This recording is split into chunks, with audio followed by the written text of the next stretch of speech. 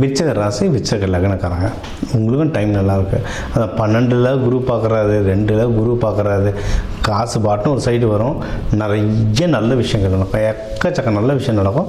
அதுக்கு அது செலவாயிட்டே இருக்கும். சூப்பர் தான். நம்ம ஒரு விருச்சிகக்காரங்க தான் இப்போ பார்த்தேன், இந்த அவங்களுக்கு ரீசெண்டாக குழந்தை பிறந்தது, அது அப்படியே வீடு வாங்கினாங்க. வீடு வாங்கிட்டு இப்போ குழந்தை வந்து அழகாக புது வீட்டுக்கு கூட்டு போனாங்க. ப்ரமோஷன் வந்தது, அதே இந்த கேப்லேயே ப்ரமோஷன் வந்தது. ஸோ இந்த மாதிரி விருச்சிகத்துக்கு வந்து வரிசையாக சுப நிகழ்ச்சிகள் வந்துகிட்டே இருக்கும். ஆனால் அவர் சொன்னது தான், சார் செலவு சமாளிக்க முடியல சார், பாப்பா கொஞ்சம் செலவாயிட்டு இருக்கு, வீடு இஎம்ஐ சார்னார். தெரிஞ்சு தானே நம்ம எல்லாம் செஞ்சோம், அப்போ நம்மளுக்கு சமாளிக்கணும். என்னென்னா எல்லாமே நல்ல விஷயந்தான், கெட்ட விஷயம் வந்து பயப்படணும், எல்லாம் நல்ல விஷயந்தான். காசும் வருது, சமாளிச்சுக்கலாம். சரிங்களா? அதனால் நல்ல விஷயம் நிறைய வருது, அதனால் அதுக்கும் தயாராக இருங்க. சரிங்களா? செலவே ஆகாமல் நல்ல விஷயம் நடக்கணும்னா கஷ்டம்.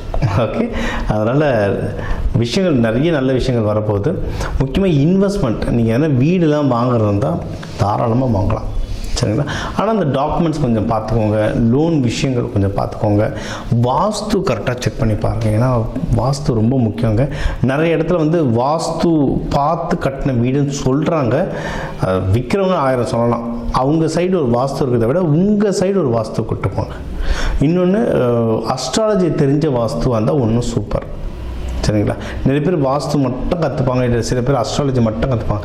அஸ்ட்ராலஜி கலந்த வாஸ்து வந்தால் ஒன்றும் சூப்பர். ஏன்னா உங்களுடைய சார்ட்டு பார்த்துட்டு, உங்களுடைய ஜாதகம் பார்த்து அதுக்கேற்ற மாதிரி வாஸ்துவையும் கொஞ்சம் முயற்சி பண்ணுவாங்க. அப்படி பார்த்து வீடு வாங்கும்போது ஒன்று சூப்பராக வேலை செய்யும். சரிங்களா? இது ஒன்று. நிறைய பேர் வாடகைக்கு வீட்டுக்கு போவீங்க, வாடகை வீட்டுக்கு போனால் கூட வாஸ்து பாருங்கள். ஏன்னா நீங்கள் அங்கே போய் இருக்க போகிறீங்கன்னா விஷயங்கள் உங்களுக்கு எல்லாம் பாசிட்டிவாக நடக்கும். ஸோ அதை நீங்கள் பண்ணுங்கள். நீங்கள் வந்து திருமணத்துக்கு வந்து டைம் ரொம்ப நல்லா இருக்குங்க. விருச்சிகத்துக்கு தாராளமாக திருமணம் பண்ணலாம். யாருன்னா லவ் பண்ணுறீங்க, அந்த லவ்வும் வந்து தாராளமாக திருமணம் மாற்றலாம். விருச்சிகத்துக்குலாம் ஜென்ரலாக லவ் பண்ணிட்டீங்க, செட் ஆகிடுச்சுன்னா சீக்கிரம் பண்ணிவிடுங்க திருமணம்னு சொல்லுவேன். ஏன்னா ஆப்போசிட் பார்ட்டியில் பிரச்சனை இல்லை, நம்மளால தான் நம்மளுக்கு பிரச்சனை. இவங்க வந்து கொஞ்சம் பேசுறது வந்து கொஞ்சம் ரொம்ப ஆழமாக பாதிக்கிற மாதிரி பேசிடுவாங்க. அந்த தேல் மாதிரி பார்க்க கம்முன்னு இருப்பாங்க, ஒரு வார்த்தை சொன்னாலும் மறக்காத மாதிரி சொல்லுவாங்க. ஸோ அது நிறைய பேருக்கு அந்த பிரேக்கப் ஆகிறதுக்கு அது ஒரு காரணம்.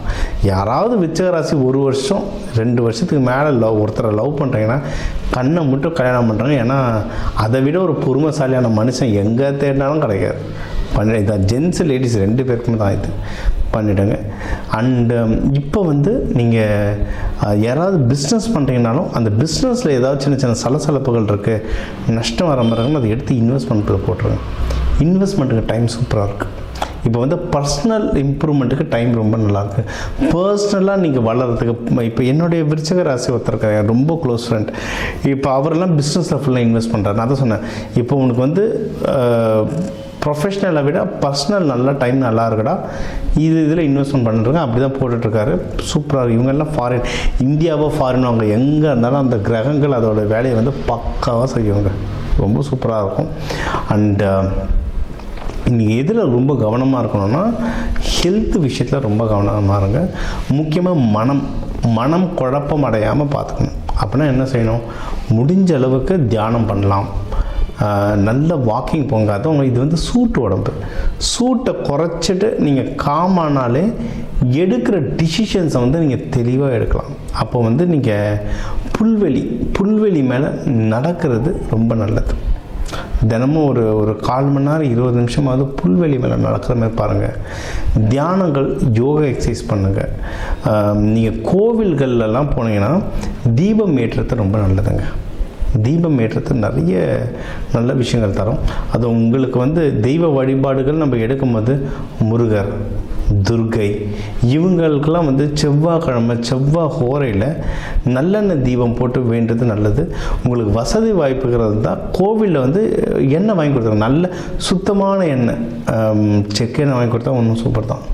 சுத்தமான எண்ணெய் வாங்கி கொடுத்துட்டீங்கன்னா உங்கள் பேர் சொல்லி அங்கே விளக்கு எரிய உங்கள் வாழ்க்கையை இன்னும் மேன்மேலும் நீங்கள் வந்து வளர்ந்துட்டே போவீங்க. ஸோ நீங்கள் எடுக்கிற முயற்சிகள் நல்லாயிருக்கு, இன்வெஸ்ட்மெண்ட் நல்லாயிருக்கு, பணம் நல்லபடியாக கிடைக்கும். அழகாக எடுத்து பர்சனலாக போட்டு அடுத்து கல்யாணம் புள்ள கூட்டி நீங்கள் பண்ண போயிட்டே இருங்க. உங்களுக்கு எந்த ஒரு பொருள் உதவியோ இல்லை மனித உதவியோ எது தேவையோ இந்த கடவுள் அருளால் உங்களுக்கு அது தானாக கிடச்சிட்டே இருக்கும். இந்த சித்திரை மாதம் சூப்பரான மாதம். நீங்கள் வந்து கல்யாணம்னா இந்த சித்திரை திருவிழா வருது, மீனாட்சி அம்மன் சுந்தரேஸ்வரர் கல்யாணத்தை பாருங்கள், எல்லாமே நல்லபடியாக நடக்கும்.